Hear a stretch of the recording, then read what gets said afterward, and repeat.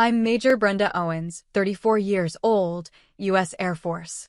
I earned my commission at 23 on a ROTC scholarship and spent a decade coordinating air-ground missions in combat zones. For years I backed my father financially, showed up for every event, and absorbed his sarcasm in silence, because that's what family was supposed to mean. But when he mocked my service in front of a room full of guests at my stepsister's wedding, and the Navy SEAL he was praising stood up and told him I'd once saved his life, I made a different choice. Have you ever been dismissed or humiliated by someone you gave everything to? If so, you're not alone. Tell me your story in the comments. And if you've ever had to stand up for yourself after being undervalued, hit that like button and subscribe for more true stories about boundaries and self-respect. What happened next might surprise you. I sat near the back of the reception hall, dress blues crisp against the white folding chair, watching my father work the room like he always did. Richard Owens had that gift, the kind of charisma that made strangers feel like old friends within minutes. He moved between tables with a wine glass in one hand and a story ready on his lips, his retired contractor swagger still intact at 63. The string lights overhead cast everything in that warm, forgiving glow that makes wedding receptions feel like they exist outside of real time. My stepsister Jessica looked beautiful up at the head table, her hand resting on her new husband's arm. Lieutenant Commander Drew Mason sat beside her with the kind of quiet presence I recognized immediately, not shy, just economical with his energy. Navy SEAL. You could tell from the way he tracked the room without seeming to, the way he held himself like he was ready to move in any direction at any moment. He was probably 36, maybe 37, with the weathered look of someone who'd spent serious time in the sun and the dark both. I'd been back stateside for 3 months after my rotation in Helmand Province. Captain Brenda Owens, 03, United States Air Force. I coordinated air-ground operations, which sounds cleaner than it actually was. Most people heard Air Force and pictured desk work, air conditioning, relative safety. They weren't entirely wrong about the first two. The third part was more complicated. My father caught my eye from across the room and raised his glass with that familiar grin. I raised mine back, a practiced smile that didn't quite reach my eyes. We'd perfected this dance over the years, him performing, me supporting from a distance. He'd never quite forgiven me for choosing the military over the corporate path he'd mapped out. ROTC scholarship at 20, commissioned at 23, and now at 33 I wore the captain's bars he still introduced with a hint of amusement, like my career was a phase I'd eventually outgrow. Ladies and gentlemen, the MC's voice cut through the ambient chatter. The father of the bride would like to say a few words. My father took the microphone with the ease of someone who'd given 1,000 toasts. The room settled into attentive silence. He started with Jessica, painting a picture of her childhood with the kind of selective memory that made everyone laugh in the right places. Then he moved to Drew, welcoming him to the family with genuine warmth. They'd bonded quickly, my father and his new son-in-law. Two men who understood each other's language of accomplishment and action. Now I have to acknowledge my other daughter, he said, turning toward my table. The spotlight found me before I was ready. Captain Brenda Owens, serving bravely in the United States Air Force. The room offered polite applause. I nodded, trying to disappear back into my chair. Brenda's stationed at some of the finest facilities the military has to offer, he continued, his tone walking that edge between affection and mockery. I keep telling her, the Air Force really knows how to take care of their people. 5-star hotels, from what I understand. Scattered laughter. I kept my expression neutral, fingers wrapped around the stem of my water glass. This was familiar territory. My father's humor had always carried teeth, and over the years I'd learned to let the jokes land without flinching. The alternative, correcting him, defending myself, only ever made things worse. But then his voice shifted, just slightly. The playful edge sharpened into something else. You know, we're living in a time where everyone wants to be a victim, he said, still smiling but with his eyes hardening at the corners. PTSD this, PTSD that. Brenda here, she's just another vet looking for pity from what I can tell. The laughter died. Not all at once, it faded in confused patches, people uncertain if they'd heard correctly or if this was still part of the act. I felt my spine straighten involuntarily, muscle memory from years of standing at attention. My face remained perfectly still. I'd learned that in uniform, had perfected it during mission briefs, when everything was going wrong and you couldn't let the ground team hear the fear in your voice. The microphone feedback whined softly in the silence. My father seemed to realize he'd crossed a line, but his pride wouldn't let him backtrack. He opened his mouth to continue. "Sir." The word cut through the room like a knife. Drew had stood up from the head table, his chair scraping against the floor with a sound that made people turn.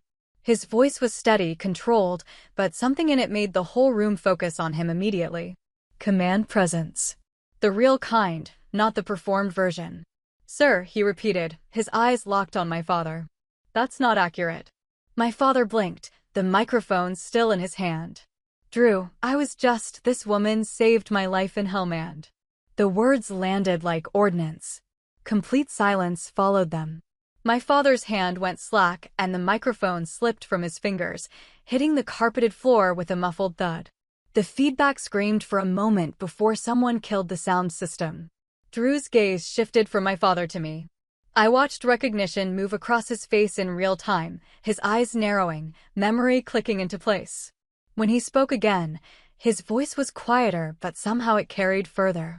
Falcon 3. My call sign. The one I'd used on approximately 200 missions, the one that followed me through every radio check and situation report. I hadn't heard it spoken aloud in months, and hearing it now, in this context, felt like being pulled underwater. I met Drew's eyes. He knew. Somehow, without ever having seen my face, he knew exactly who I was. 0230 hours, he said, still looking at me. June 14th. My team was pinned down half a click from the extraction point. We had 2 critical casualties and no air support within range.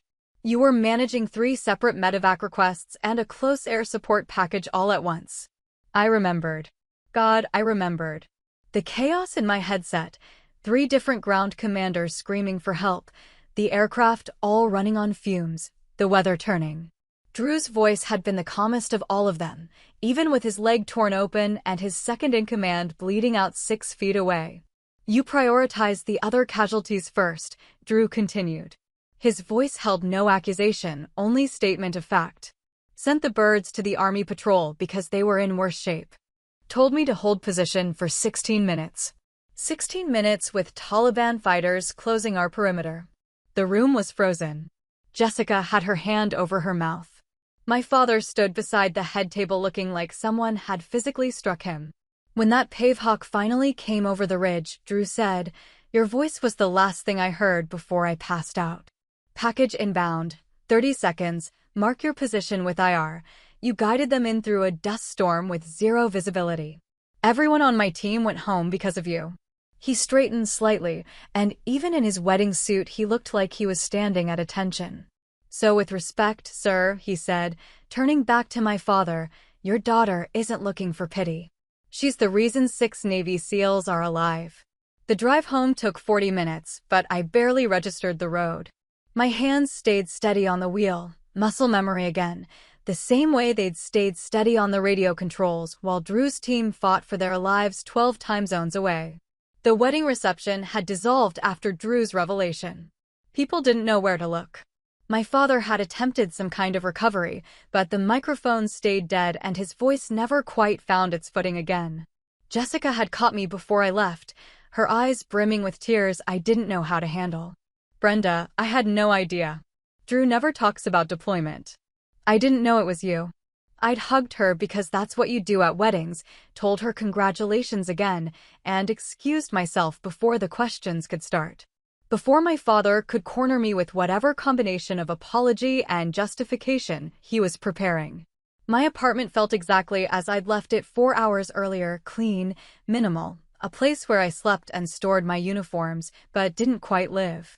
I hung up my dress blues with the same precision I'd learned at officer training school 12 years ago. Every ribbon in its proper place, every crease aligned. The Bronze Star with Valor device sat third from the top, right below my Air Force Commendation Medal. I'd received it 9 months ago in a brief ceremony at Bagram. My father hadn't asked about it.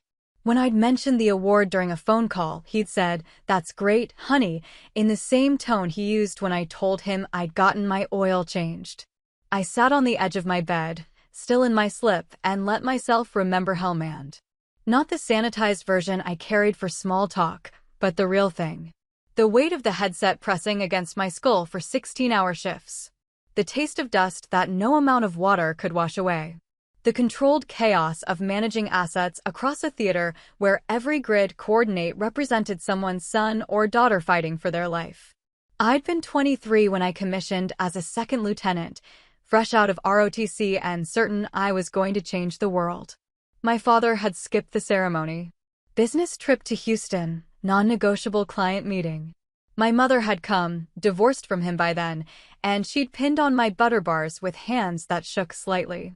She died of cancer 2 years later, never having seen me make first lieutenant. By 26, I wore the railroad tracks of a captain. By 29, I was running air operations in one of the most dangerous provinces in Afghanistan. The promotion board had noted my exceptional performance under combat conditions and uncommonly mature judgment. What they meant was that I could keep my voice level while watching helmet camera footage of Americans dying and making the call about which ones we could save and which ones were already gone.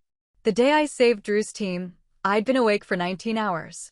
We'd started the shift with 3 medevac helicopters. One had gone down to mechanical failure around 0800 hours. The second was on a run to Kandahar with a Marine who'd lost both legs. That left one bird to cover approximately 8,000 square kilometers of active combat operations. When Drew's call came in, I'd already denied 2 lower priority requests.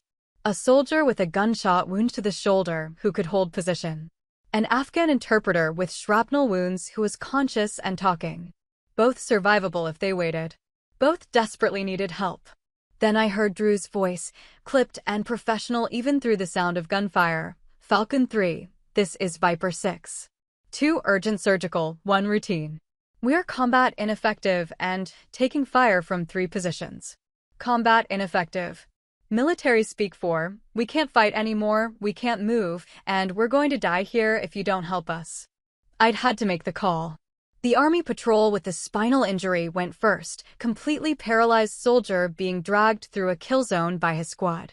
Then an Air Force combat controller who'd been hit in the chest and was drowning in his own blood.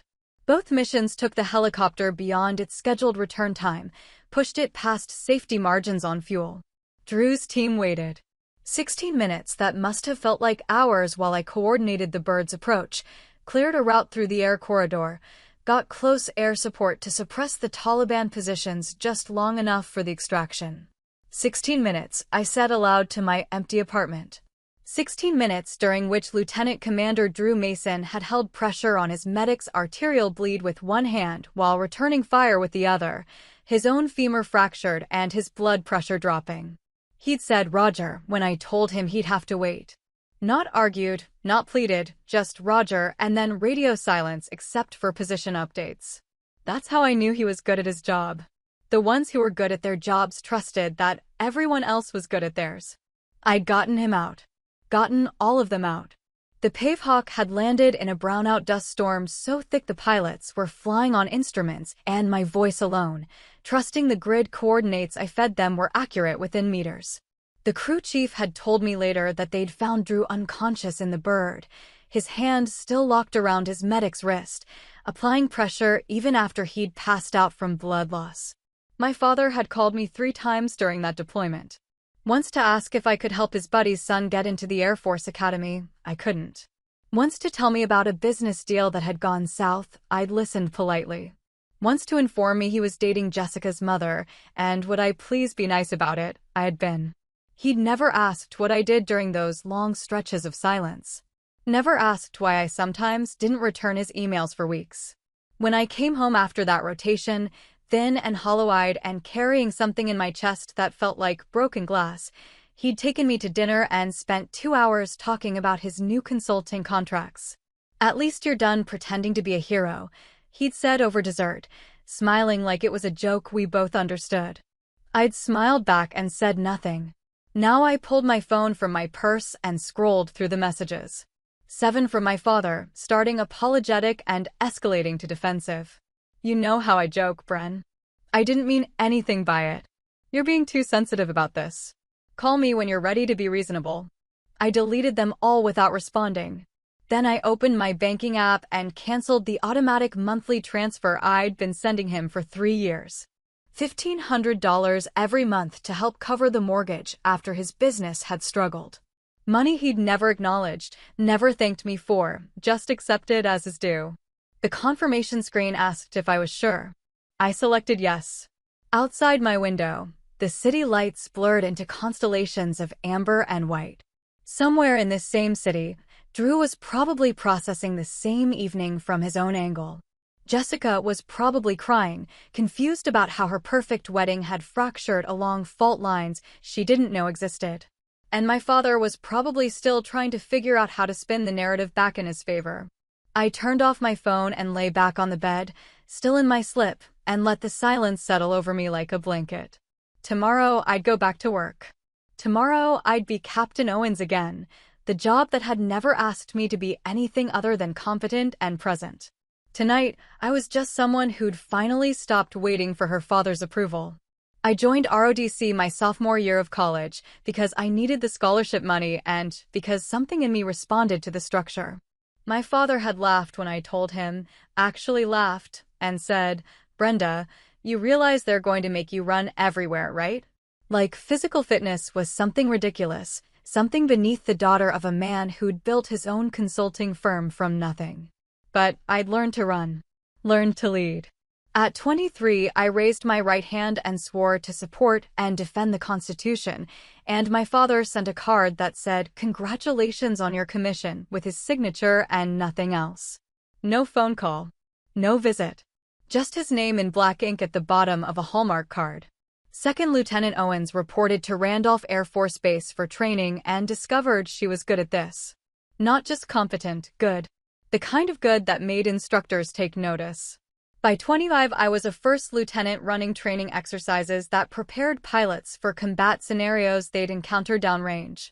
By 27, I wore captain's bars and was managing actual combat operations from a forward operating base in Afghanistan. My father's reaction to each promotion was roughly the same. That's great, honey. When do you think you'll be done with all this? Like military service was a hobby. Like defending my country was something I'd eventually grow out of and replace with a real career, preferably something he could brag about at dinner parties.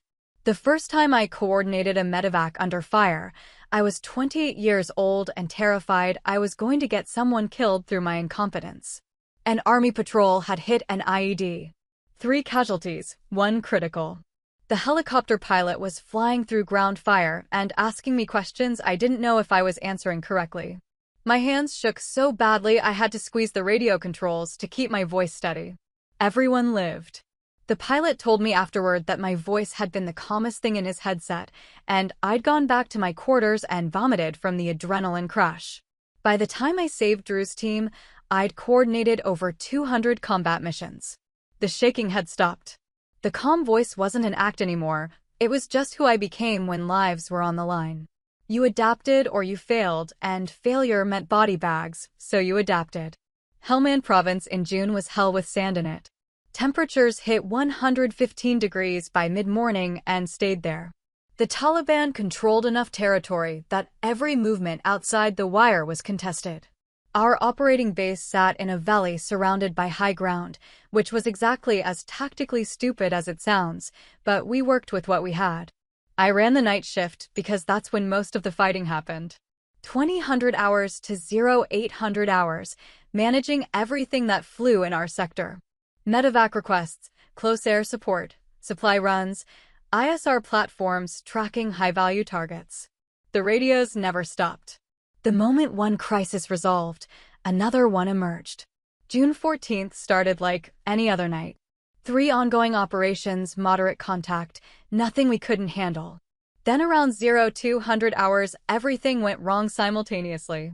First call, Army patrol hit by complex ambush. 1 soldier with suspected spinal injury being dragged through a kill zone. Urgent surgical, which meant he had maybe an hour before he died or ended up paralyzed forever. Second call, Air Force combat controller hit in the chest. Sucking chest wound, drowning in his own blood. Maybe 30 minutes if they were lucky. Third call, Navy SEAL team, 2 critical casualties, pinned down and combat ineffective. I had 1 helicopter. The math was brutal and simple. Everybody needed help immediately. Only 1 could get it first. The other 2 would wait or die waiting. My commander, Colonel Elizabeth Monroe, was standing behind me. She didn't say anything, just put her hand on my shoulder briefly, the kind of touch that meant I had the authority to make the call, and she'd back whatever I decided. I sent the bird to the spinal injury first.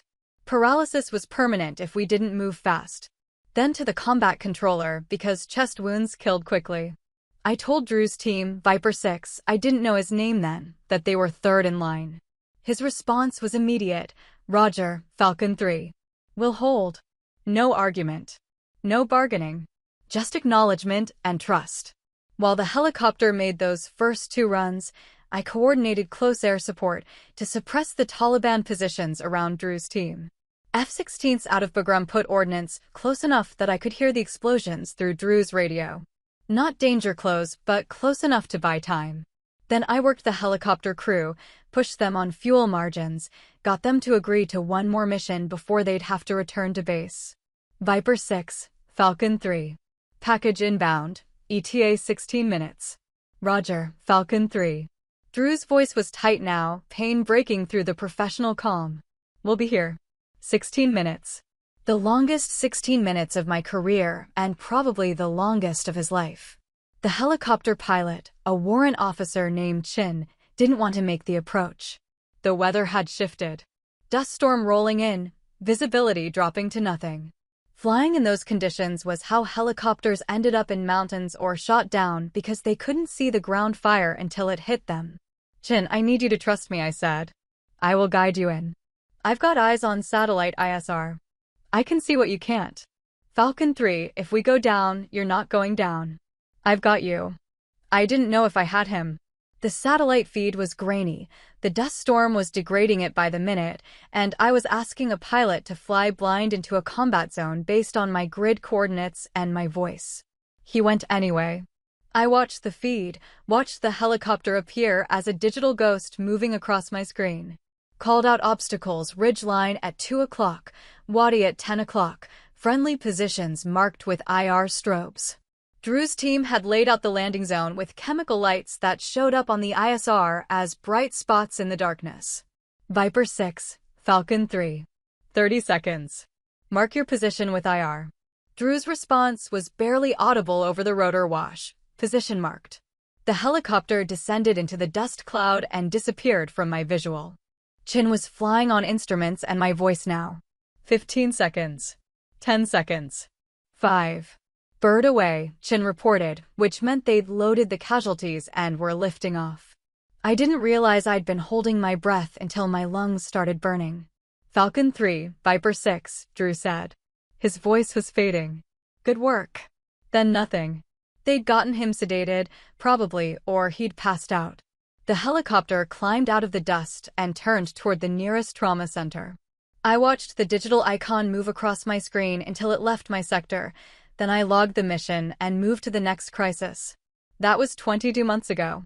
I'd been home for 3 months, out-processed from that deployment, and I'd never met any of the people I saved. Never saw their faces. They were call signs and grid coordinates and voices in my headset, and that was how it was supposed to work. Until my father mocked me at a wedding reception, and the groom turned out to be one of those voices. Drew had recognized me not by my face, but by my presence. Whatever he'd heard in my voice that night in Helmand, he'd heard it again in that reception hall. The same calm, the same certainty, the same woman who'd told him to hold position for 16 minutes while she saved 2 other teams first. I lay in my apartment remembering all of it, the heat, the dust, the fear, the weight of knowing that my decisions would save some lives and cost others. Remembering my father's words, "At least you're done pretending to be a hero." I'd never pretended anything. I'd just done my job. The job he'd never bothered to understand. 3 days passed before my father called again. I was at work when my phone buzzed, so I declined the call and went back to reviewing training assessments for the next class of junior officers. My new assignment was instructor duty at Maxwell Air Force Base, teaching leadership principles to lieutenants who still thought war was going to be like the movies. Most of them were 23, 24 years old. Same age I'd been when I commissioned. I looked at them and saw myself, eager, terrified, convinced that confidence was the same thing as competence. My job was to teach them the difference before they got someone killed. Lieutenant Sarah Nguyen stopped by my office around 1500 hours. She was 25, Vietnamese-American, whip-smart, and desperately insecure about it. Reminded me of myself in ways that were sometimes painful to watch. "Captain Owens? Do you have a minute?" I waved her in. She sat across from my desk, holding a training manual like it was a shield. "I'm struggling with the air-ground coordination module," she said. "I keep freezing during the simulations. Everyone's talking at once, and I can't prioritize." I'd written half the curriculum for that module based on my time in Helmand. The simulations were deliberately chaotic, multiple casualties, limited assets, impossible decisions. The point wasn't to teach them the right answer. The point was to teach them that there often wasn't one. "Walk me through your last simulation," I said. She did. 3 casualty scenarios, 1 helicopter, and she'd spent so long trying to figure out the optimal solution that she'd let time run out. Everyone died while she was thinking. "What's your actual question, Lieutenant?" She hesitated. "How do you know you're making the right choice?" "You don't." That surprised her. She'd been expecting some wisdom, some formula. You gather the information you have, you make the best decision you can with what you know, and you live with the consequences. Sometimes people die anyway. Sometimes you save someone and later you find out they went home and murdered their wife. There's no optimal solution. There's just what you decide in the moment and then everything that happens after. "That's terrifying," she said. "Yes." She left looking thoughtful instead of defeated, which was progress. I watched her go and thought about all the lieutenants I'd trained, all the voices I'd guided through chaos. How many of them were out there right now, wearing captain's bars or major's oak leaves, making impossible decisions because I'd taught them how? My father called again that evening. I was running at the time, trying to burn off the restlessness that had been following me since the wedding. 6 miles at a 7:30 pace, the rhythm of my feet hitting pavement the closest thing I had to meditation. I stopped at a park bench to check my phone. Missed call from Richard Owens. No voicemail. Just the call itself, which was its own kind of message. He wanted me to call back. Wanted to be pursued. I put my phone away and finished my run.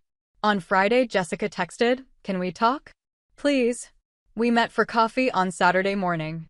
She looked tired, her wedding glow already faded into the stress of whatever was happening at home. Drew had deployed again, she told me. Short notice, somewhere she couldn't ask about. She was alone in their new apartment, trying to figure out how to be a military spouse. "I'm sorry about Dad," she said finally. What he said at the reception. I didn't know any of it. He didn't know either, I said. That's the problem.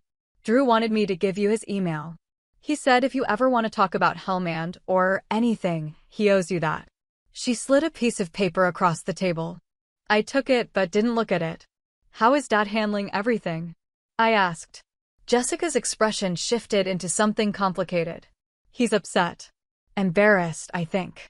He keeps saying everyone's overreacting, that it was just a joke." That sounded right. My father never apologized cleanly. He apologized in layers, first defensive, then minimizing, then eventually offering something that sounded like remorse, but always had an excuse attached to it. "Have you talked to him?" Jessica asked. "No. Are you going to?" I stirred my coffee, watching the cream spiral into patterns. "I don't know yet." The truth was more complicated. I'd spent 3 decades trying to earn my father's respect. Trying to make him see me as something other than a daughter who disappointed him by choosing service over profit. Every promotion, every award, every mission had been offered up like proof. See what I can do? Am I enough now? And he'd never seen it. Never asked. Never cared to understand that the woman in the Air Force uniform was doing something that mattered, something that saved lives, something worth respecting. It had taken Drew's public declaration to make him realize there might be more to my career than hotel rooms and desk work. But that realization hadn't come from any internal recognition of my worth. It had come from embarrassment. From being called out in front of a room full of guests. From having a Navy SEAL tell him he was wrong. He was sorry he'd been embarrassed. I wasn't sure he was sorry he'd been wrong. He asked me to talk to you, Jessica said quietly. He wants to make things right. Then he can call me himself. Not send you as an intermediary. She nodded, looking miserable. This wasn't her fault. She was 29 years old and caught between her new husband and her father, trying to smooth over tensions she hadn't created. I'm not angry with you, I told her. This has nothing to do with you and Drew. Okay. We finished our coffee talking about safer things, her new job, the apartment she and Drew were fixing up, whether she wanted to get a dog. Normal sister conversation, the kind we'd never quite managed when we were younger. Our parents' marriage had been brief and bitter, the divorce finalizing when I was 19 and she was 15. We'd been thrust into each other's lives and then separated before we could figure out how to be siblings. Maybe there was something salvageable there. Maybe we could build something real without our father's dysfunction coloring every interaction. When I got home, I opened my laptop and stared at Drew's email address. He'd written it himself in neat block letters. lcdr.mason@navy.mil. I started typing twice and deleted it both times. What did you say to someone who'd saved your career by defending you? Who'd given you something you'd been chasing your whole life, validation from your father, except it felt hollow now because it had required a witness. Finally, I wrote, Lieutenant Commander Mason, thank you for your honesty at the reception. I'm glad you and your team made it home. Respectfully, Captain Brenda Owens. Professional. Clean. Nothing that required a response. He replied within an hour, Captain, the honor was mine. If you're ever near Virginia Beach, first beer's on me. The whole case, actually. Fair winds, Drew. I smiled despite myself. Then I closed my laptop and went back to the training assessments waiting on my desk. My father called again on Sunday. This time I answered. Brenda. His voice was careful. Thank you for picking up. What do you want, Dad? A pause. He wasn't used to me being direct. I'd always been the peacemaker, the one who smoothed things over and accepted his non-apologies with grace. I want to talk about what happened, he said. I think we should have dinner. Clear the air. I don't think that's necessary. Brenda, I'm your father, and I'm your daughter, who you've spent my entire adult life dismissing. So no, I don't think dinner is necessary. I think we're exactly where we've always been. You just had to hear it from someone else first. I hung up before he could respond. My hands weren't shaking. My voice had been steady. I felt nothing except a strange, clean absence where obligation used to live. The promotion board met in August.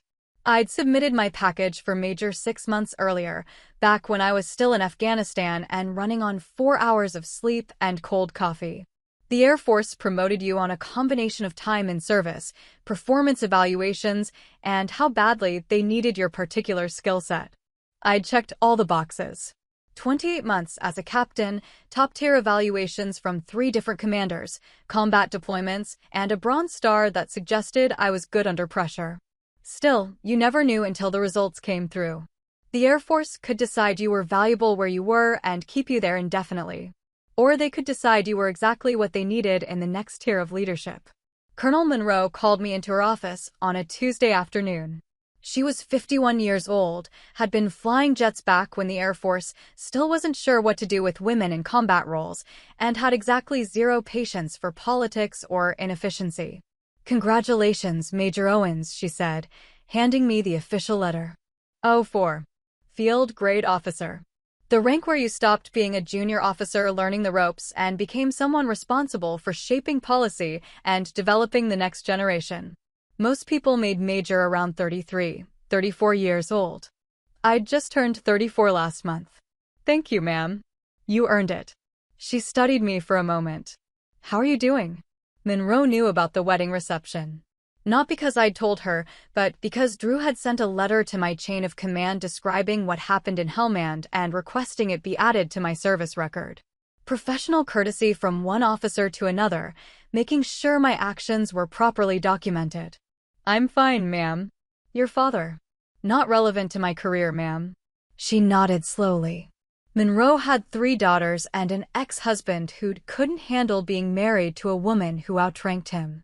She understood complicated family dynamics. The board liked your training curriculum, she said. They want you to expand it. Develop a comprehensive air-ground coordination program for Maxwell. You'd be building something from scratch that'll shape how we prepare junior officers for the next decade.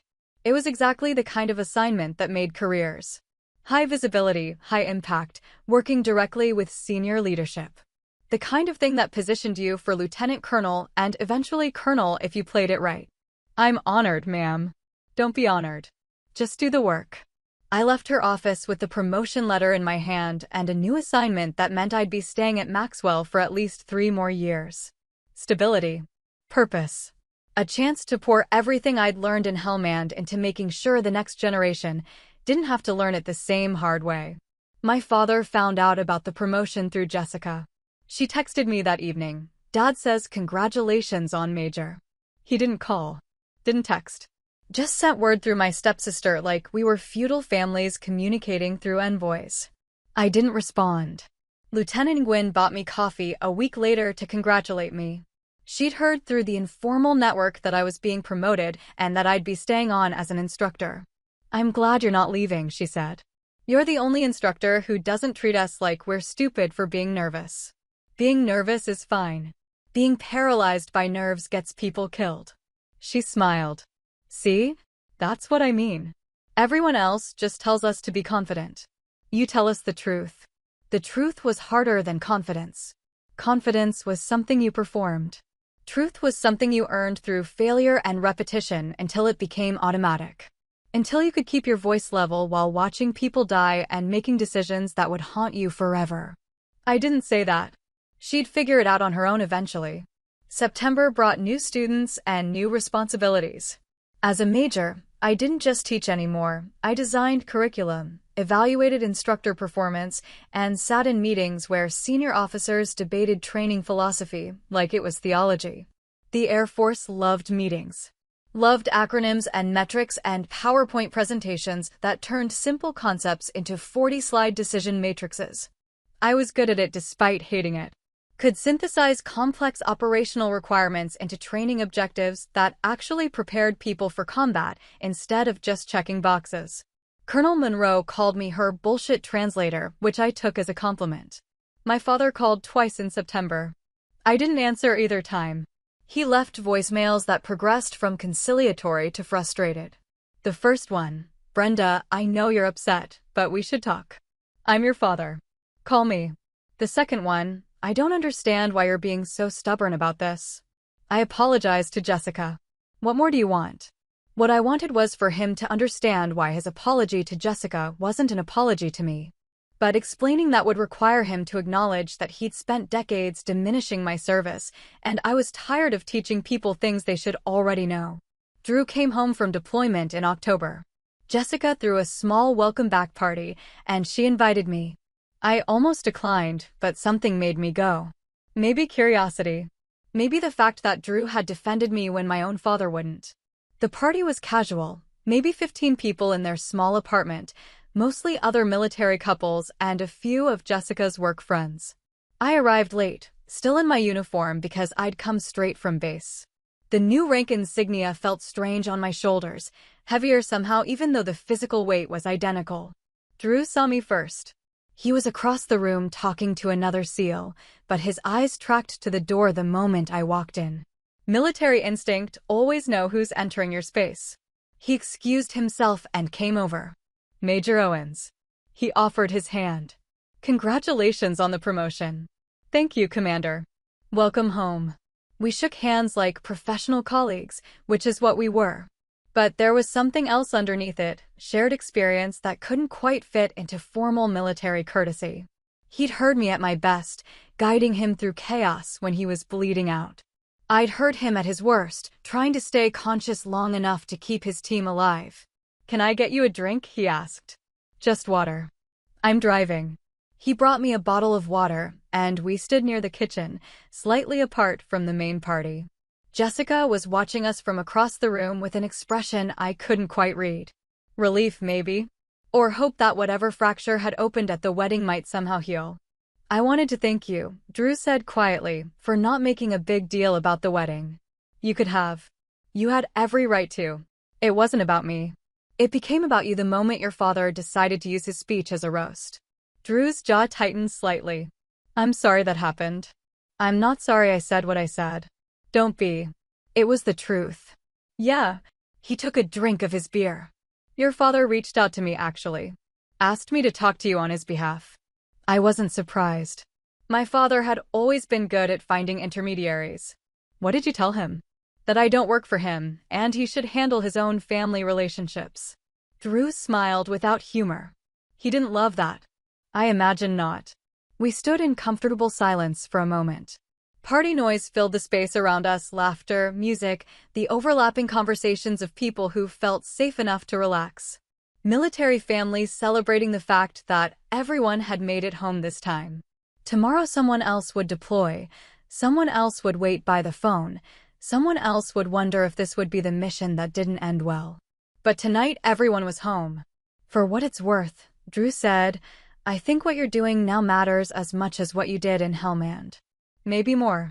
Training the next generation to not make the mistakes we made, that's how we actually get better at this.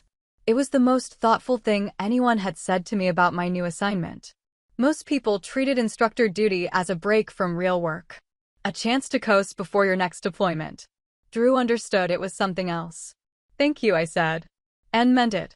Jessica appeared beside us, sliding her arm around Drew's waist. You two look way too serious for a party. Come eat something. We have entirely too much food. The rest of the evening passed easily. I talked to other guests, heard deployment stories I couldn't share with civilians, laughed at jokes that only made sense if you'd been there. This was the military community I'd chosen, people who understood what service cost, who didn't need explanations or justifications. I left around 2200 hours. Drew and Jessica walked me to the door. I'm glad you came, Jessica said, hugging me. Maybe we could do coffee again soon? Just us. I'd like that. Drew shook my hand again. If you're ever at Dam Neck or Oceana, look me up. That beer offer still stands. I'll keep that in mind.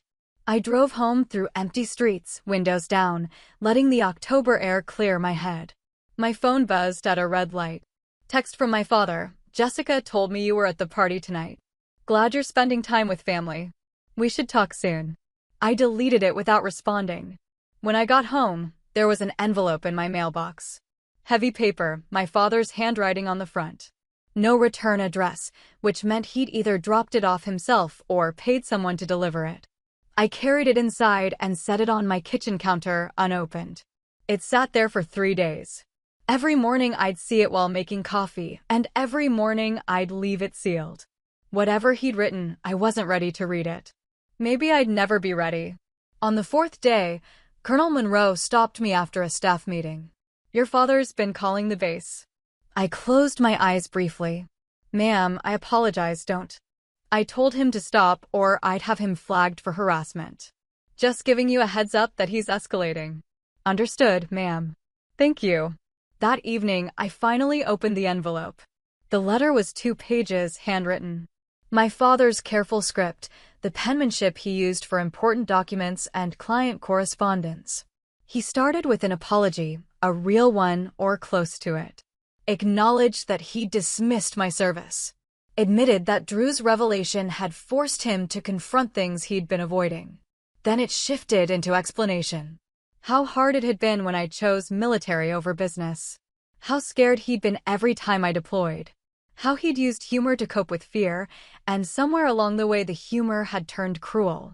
The last paragraph, I'm proud of you, Brenda. I should have said that years ago. I should have asked what you did instead of assuming. I should have been a better father. I don't know if we can fix this, but I'd like to try. I read it twice, then folded it carefully and put it back in the envelope. Pride. Finally. But it had required a Navy SEAL to tell him I was worth being proud of. It had required public embarrassment and weeks of silence. It had required Jessica playing intermediary and Drew refusing to be his messenger and Colonel Monroe threatening him. It had required everything except what should have been enough from the beginning: me, his daughter, doing work that mattered. I didn't throw the letter away. I put it in my desk drawer, under some old tax documents and forgotten birthday cards. Maybe someday I'd respond. Maybe someday the pride he'd finally found would be worth acknowledging. But not today. Today I had lesson plans to review and junior officers to train and a program to build that would save lives I'd never meet. I had work that mattered, work that didn't require anyone's validation to be meaningful. I had chosen this life. And I was good at it. That was enough. November arrived with unseasonably cold weather and the annual Veterans Day ceremony. Maxwell hosted a large event every year, formal, well-attended, the kind of thing where generals gave speeches and the local media showed up to film B-roll for the evening news. I usually avoided these ceremonies. Preferred to spend Veterans Day quietly, maybe calling some of the people I'd served with, checking in on the ones I knew struggled with this particular holiday. But this year I'd been asked to speak.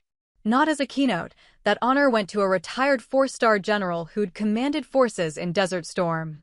I was on the program as a voice of the current generation, which meant I had 10 minutes to say something meaningful about service, without being political or controversial or too real. I'd written the speech 3 times. The first version was too angry. The second was too detached.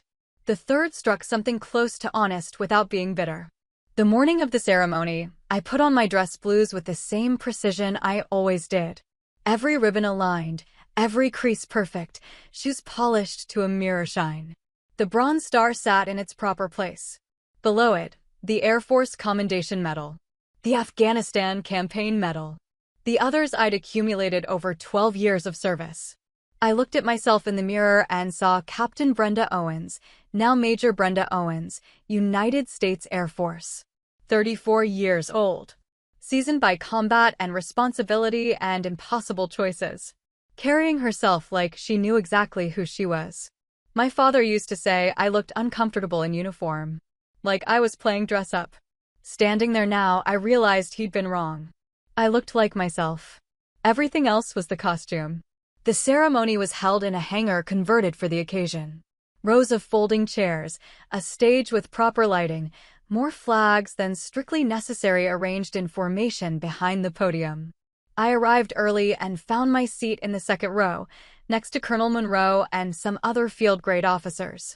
The hangar filled slowly. Active duty personnel in uniform, veterans in everything from full dress to old unit t-shirts, families and civilians who'd come to pay respects. I scanned the crowd out of habit, looking for threats that wouldn't exist here, and then I saw him. My father. Standing near the back, wearing a suit, looking distinctly uncomfortable among all the uniforms. He saw me see him.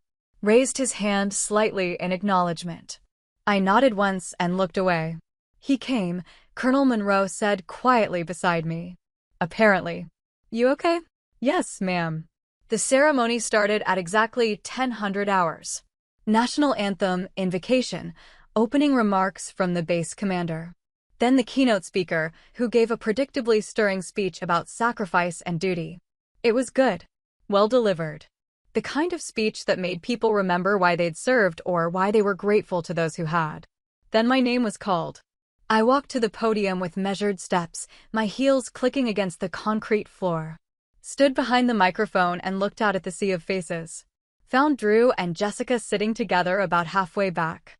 Found Lieutenant Nguyen with some other junior officers.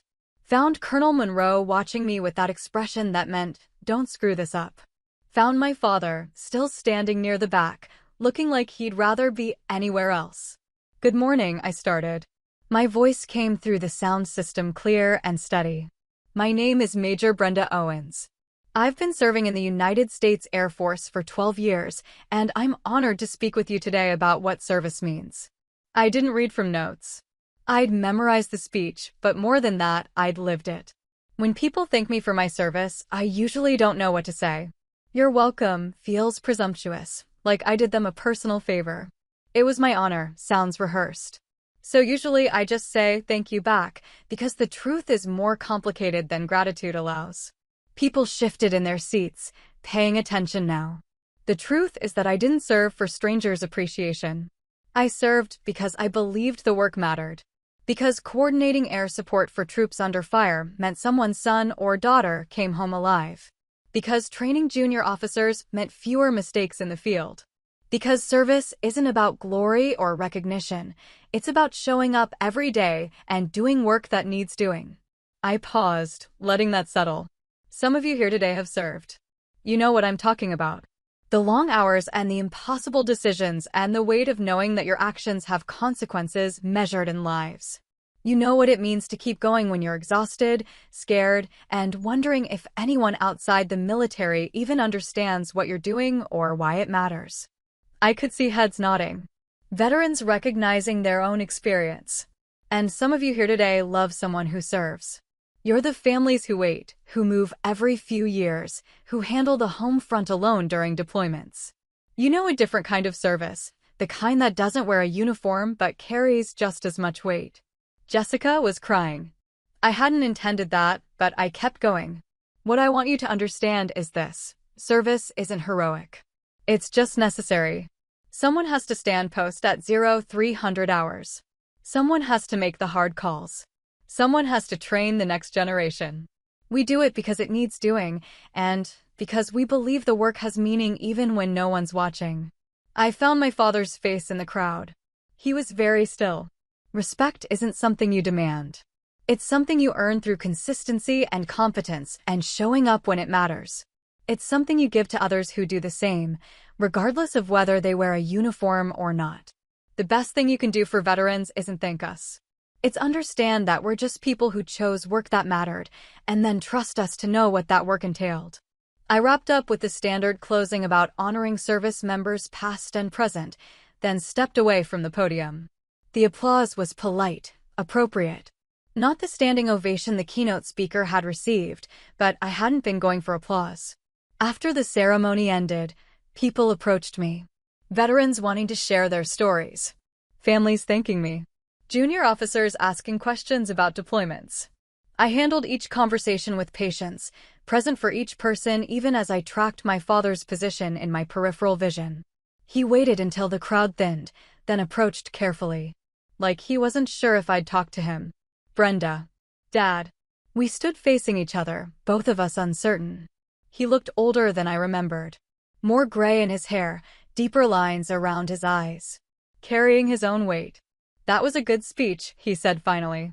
Thank you. I got your letter. The one you didn't send. Jessica told me you kept it. I stayed silent. I know I don't deserve another chance, he continued. I know I spent years not seeing you. Not seeing what you were doing or why it mattered. Drew made that pretty clear. This isn't about Drew. No. It's about me being a terrible father who was too proud to admit his daughter was better than him. That surprised me. My father didn't admit weakness easily. I'm not better than you, Dad. I'm just different. I chose different work. Work you never tried to understand. I was scared, he said quietly. Every time you deployed, I was terrified I'd get a phone call that you were dead. So I pretended it wasn't dangerous. Pretended you were sitting in air-conditioned offices pushing papers. Because if I acknowledged what you actually did, I'd have to acknowledge I might lose you. 12 years. 12 years of service, and he'd never said that. You did lose me, I said. Just not the way you were afraid of. He nodded slowly. I know. I don't know if we can fix this. Neither do I. But I'd like to try. Colonel Monroe appeared beside us, perfectly timed as always. Major Owens, the base commander would like a word when you have a moment. I nodded gratefully. Looked back at my father. I have to go. Can I call you? Actually call you and have you answer. I considered it. Weighed 12 years of dismissal against one letter and one appearance at a ceremony. Weighed anger against the possibility that people could change, even slowly. Yes, I said finally. You can call. Thank you. I walked away with Colonel Monroe, leaving my father standing in the emptying hangar. That looked difficult, she said. It was. You handled it well. I don't know yet, ma'am. Ask me in 6 months. She smiled slightly. Fair enough. The call came 3 days later. Wednesday evening, Right around 1800 hours when I was making dinner, chicken and vegetables, the kind of simple meal that required minimal attention, but felt like self-care anyway. My phone buzzed with my father's name on the screen. I almost didn't answer. Old habits, old protection. But I'd told him he could call, so I dried my hands and picked up. "Hey, Dad." "Brenda. Thanks for answering." He sounded nervous, which was unusual. My father was many things, but nervous wasn't typically one of them. "Is this a bad time?" "I'm making dinner. I can talk." "How's the new rank treating you?" Small talk. We'd never been good at it, but at least he was trying. "It's fine. More meetings, more administrative work. Still teaching." "Jessica mentioned you're building a new training program." So he'd been asking about me. Through Jessica, naturally. Baby steps. "Yeah.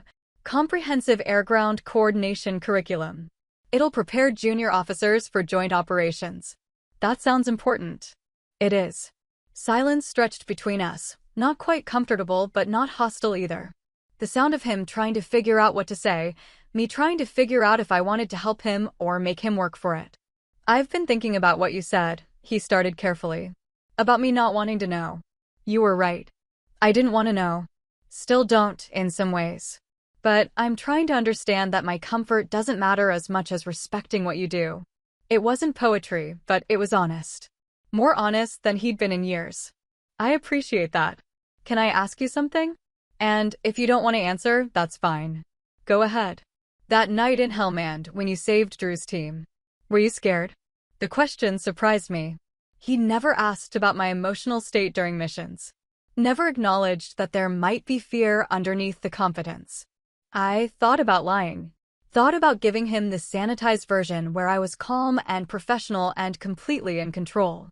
But he was trying, so I gave him the truth instead. Terrified, I said. I had 3 teams calling for help, 1 helicopter, and no good options.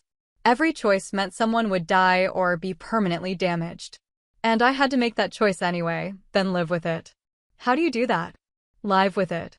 You focus on the ones you saved instead of the ones you couldn't. You trust that you made the best decision with the information you had.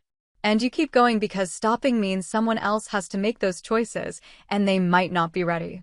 He was quiet for a long moment. I don't think I could do that. Most people couldn't. That's why it's a specific job that requires specific training. I'm proud of you.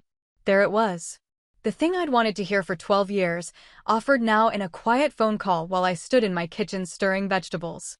It should have felt bigger. Should have filled some empty space I'd been carrying. Instead, it just felt sad. Sad that it had taken so long. Sad that it had required Drew's intervention.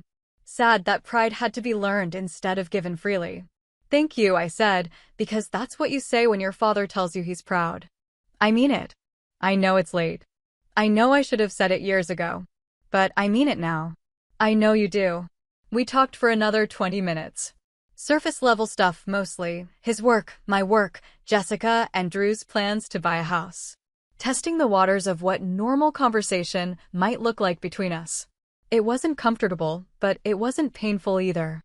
Just 2 people trying to figure out how to be family when family had been fractured for so long. When we hung up, I finished making dinner and ate alone at my small kitchen table. The conversation played through my head, looking for trapdoors and hidden meanings.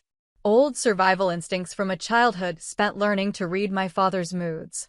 But maybe there were no trapdoors this time.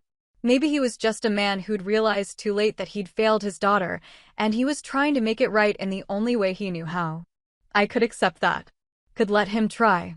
Didn't mean I'd forget the years of dismissal or the casual cruelty of that wedding reception. Didn't mean trust would rebuild overnight. But it meant I'd answer the phone. Meant I'd let him be part of my life in whatever limited capacity felt safe.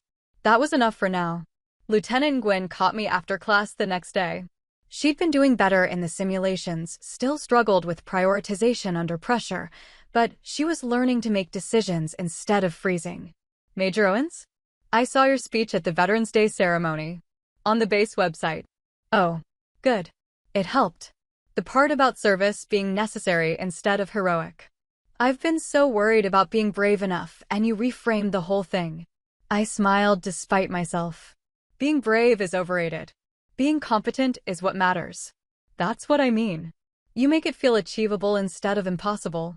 She left, and I stood there thinking about what she'd said. About reframing. About making the impossible feel achievable. About how teaching might be the most important work I'd ever done, even if it would never earn medals or recognition. Drew sent me an email that afternoon. Heard you killed it at the ceremony. Jessica said your father showed up. Hope that went okay. Standing offer for beer still stands. Drew, I wrote back, thanks. It went as well as it could have. Appreciate the support. Brenda, professional. Cordial. The kind of relationship you built with people who'd seen you at your worst and still respected you. My father called again on Sunday. Then again the following Wednesday. A pattern establishing itself. We didn't talk about anything earth-shattering, just life, work, small updates.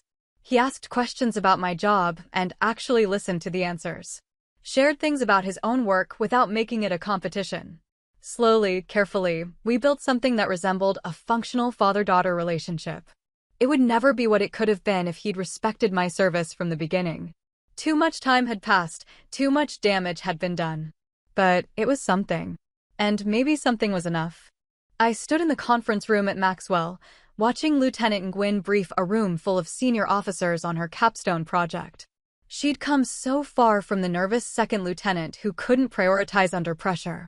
Now she was calm, articulate, fielding questions from colonels with the kind of confidence that came from actual competence rather than bravado. When she finished, I caught her eye and nodded once. She smiled, relief and pride mixing on her face. A year had passed since the wedding reception. A year since my father's public humiliation and Drew's revelation. A year of slow, careful rebuilding and learning to live with relationships that were good enough instead of perfect. My father and I talked most weeks now. Not long conversations, usually 20 minutes, sometimes less. He'd ask about my training program, and I'd tell him. He'd share updates about his consulting work, and I'd listen. We were learning each other again, or maybe learning each other for the first time. He'd never apologize perfectly. I'd never forget completely. But we'd found a rhythm that worked. He'd asked to visit last month. Wanted to see where I worked, meet Colonel Monroe, understand what my life actually looked like. I'd said yes, and he'd flown down for a weekend. I'd shown him around the base, introduced him to my fellow instructors, let him sit in on one of my classes. Watching him watch me teach had been strange, seeing him see me as the professional I'd always been, but he'd never acknowledged. You're good at this, he'd said afterward, sounding surprised. I know, I'd replied. Not defensive, just factual. Drew and Jessica had their first baby in March. A daughter they named Emma. I'd visited them in Virginia Beach, held the tiny human who had Drew's eyes and Jessica's smile, and felt something unexpected, the sense of family expanding instead of fracturing. Drew and I had fallen into an easy friendship built on mutual respect and shared understanding. We didn't talk about Hellman much. Didn't need to. The knowledge of what had happened that night existed between us like bedrock, solid and unspoken. You're good with her, Jessica had said, watching me hold Emma. You should think about having kids. Maybe someday, I'd replied, non-committal. The truth was I couldn't imagine it yet. My life was full, demanding job, fulfilling work, a version of peace I'd fought hard to find. Adding children felt like something for a different version of myself, one I might grow into eventually, but wasn't ready for now. My training program had launched officially in June. Comprehensive air-ground coordination curriculum, designed to prepare junior officers for the reality of combat operations. The feedback had been overwhelmingly positive. Other bases were asking for the materials. The Air Force had started talking about making it standard across all officer training programs. Colonel Monroe had pulled me aside last week. You're being looked at for Lieutenant Colonel. Probably 2 years out, but you're on the list. Oh, 5. The rank where you moved from tactical leadership to strategic planning. Where your decisions shaped policy instead of just executing it. I was 35. Most people made lieutenant colonel around 39-40. Being on the early promotion track meant someone thought I had potential beyond my current role. Thank you for the heads up, ma'am. Don't thank me. Just keep doing what you're doing. Now I gathered my materials from the conference room, nodding to Gwyn as she collected her own things. Good work today, Lieutenant. Thank you, ma'am. I couldn't have done it without your program. You did it with the skills you developed. I just provided the framework. She left, and I stood alone in the empty conference room, looking out the window at the flight line. Jets taking off in the distance, the sound muted by thick glass. Somewhere out there, people were deploying, running missions, making impossible decisions under pressure, living the life I'd lived, carrying weight I understood. And here I was, training the next generation to do it better, to make fewer mistakes, to come home with fewer scars. My phone buzzed. Text from my father. Dinner this weekend? I'm in Montgomery for work. A year ago, I wouldn't have answered. 6 months ago, I would have hesitated. Now I typed back, sure. Saturday at 1800 hours. Perfect. I'll make reservations. I pocketed my phone and headed back to my office. There was paperwork to finish, lesson plans to review, emails to answer. The unglamorous work that kept the military running. The work that mattered even when no one was watching. Lieutenant Commander Drew Mason had said something at Veterans Day that stuck with me. Training the next generation to not make the mistakes we made. That's how we actually get better at this. He'd been right. This was how progress happened. Not through individual heroics or dramatic moments, but through steady, patient work. Through showing up every day and doing the job well. Through passing on hard-won knowledge so the next person didn't have to learn it the same painful way. I thought about the woman I'd been a year ago. Sitting at that wedding reception, absorbing my father's mockery with practiced stillness. Carrying years of accumulated dismissal like weight in my chest. Waiting for validation that never came freely. That woman was gone. Or rather, she'd evolved into someone who didn't need external validation anymore. Who knew her worth independent of anyone else's recognition. Who could accept her father's belated pride without letting it fill spaces that had learned to exist without it. Respect wasn't given because of blood. It was earned and kept by how you carried yourself when no one else was watching. I'd earned it. From Drew and his team. From Colonel Monroe and Lieutenant Nguyen and countless others I'd trained and guided. From myself, which was the only validation that had ever really mattered. My father's pride was a bonus. Welcome, but not necessary. Not anymore. I sat down at my desk, opened my laptop, and got back to work. There were junior officers to train, missions to prepare them for, lives to save through better preparation. The work was endless and essential and exactly where I needed to be. Outside my window, another jet lifted off the runway, banking gracefully into the Alabama sky. Rising toward whatever mission waited, whatever challenges lay ahead. I watched it climb until it disappeared into the clouds, then turned back to my computer and kept working. Thanks for watching. If this resonated, tap like, subscribe, and share it with someone who needs a boundary win today. Questions for you. Has a family member ever minimized your work or service in public? What did you do? Who surprised you by stepping up when you most needed it? What boundary have you set that changed a relationship, for better or worse? If you're a veteran or first responder, how do you want loved ones to talk about your service? If you were in that reception hall, what would you have said to my father? Drop your story in the comments. Someone here needs to hear it.